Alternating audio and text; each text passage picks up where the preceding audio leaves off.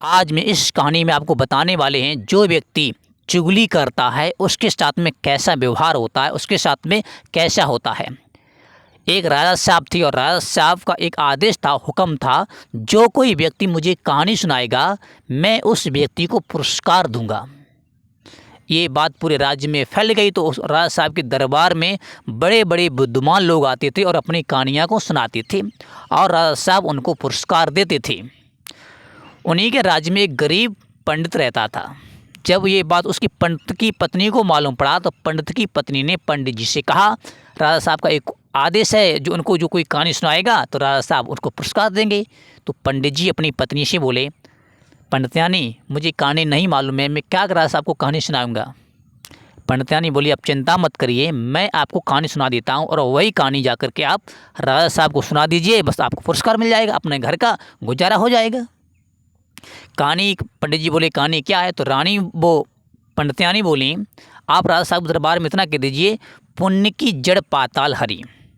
अगर राजा साहब को ये कहानी अच्छी लगेगी तो राजा साहब को पुरस्कार दे देंगे, अगर कहानी अच्छी नहीं लगेगी तो कोई बड़ी बात नहीं है। तो वैसा ही सुबह हुआ तो वो पंडित था ना, वो राजा साहब के दरबार में गया।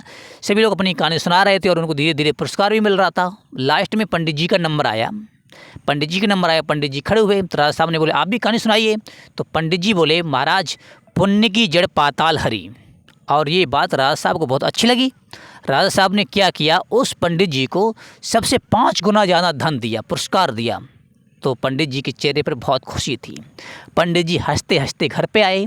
जब घर पे हंसते हंसते आए तो पंडितानी भी बहुत खुश हो गई। तो ऐसा ही चलता रहा। मतलब पंडित जी रोज़ जाते थे राजा साहब के दरबार में और यही कहते थे, पुण्य की जड़ पाताल हरी। तो राजा साहब सभी से ज़्यादा उनको पुरस्कार देते थे। धीरे धीरे पंडित जी अच्छे हो गए, अच्छा उनके घर की गृहस्थी अच्छी हो गई।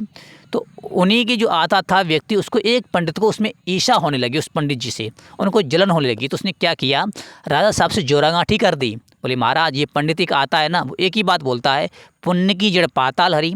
आप एक काम करिए, आप उससे ये पूछिए इसका अर्थ क्या होता है।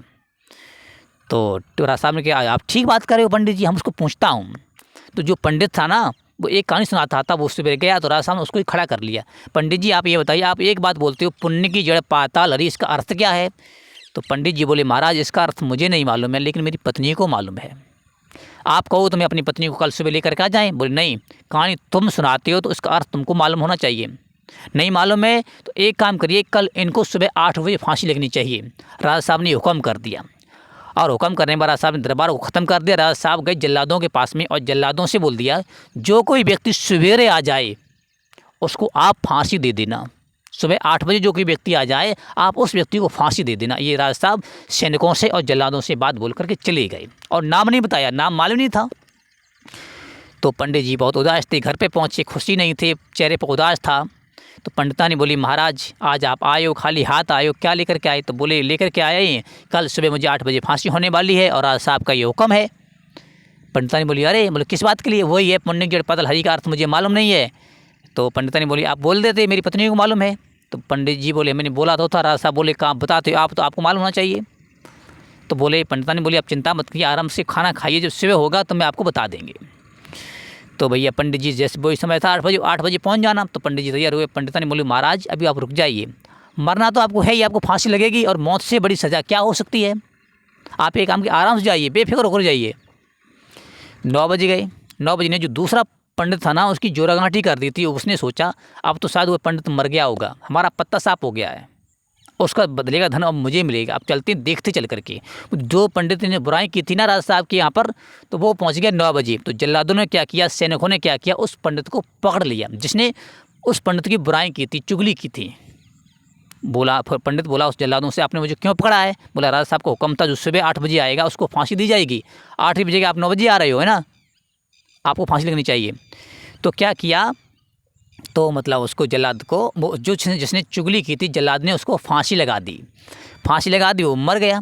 वो पंडित जी थे ना, वो आराम से आए, तो कोई कुछ नहीं। इस कहानी का मतलब ये निकलता है, अगर जो कोई व्यक्ति चुगली करता है उसके साथ में वैसा ही व्यवहार होता है।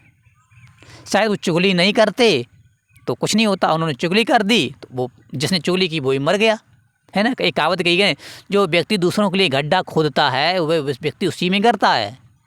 मैं इस चीज़ ना कहना चाहता हूँ, अगर कोई व्यक्ति कुछ भी कर रहा है उसको अपना काम करने दीजिए, तुमको क्या लेना उस चीज़ से। हमने कुछ लोग ऐसे देखे हैं, औरतें भी देखी हैं, हमने महिलाएं भी देखी हैं, बहनें भी देखी हैं, एक दूसरे परिवार की चुगली करती हैं, उनका घर बिगाड़ना चाहती हैं।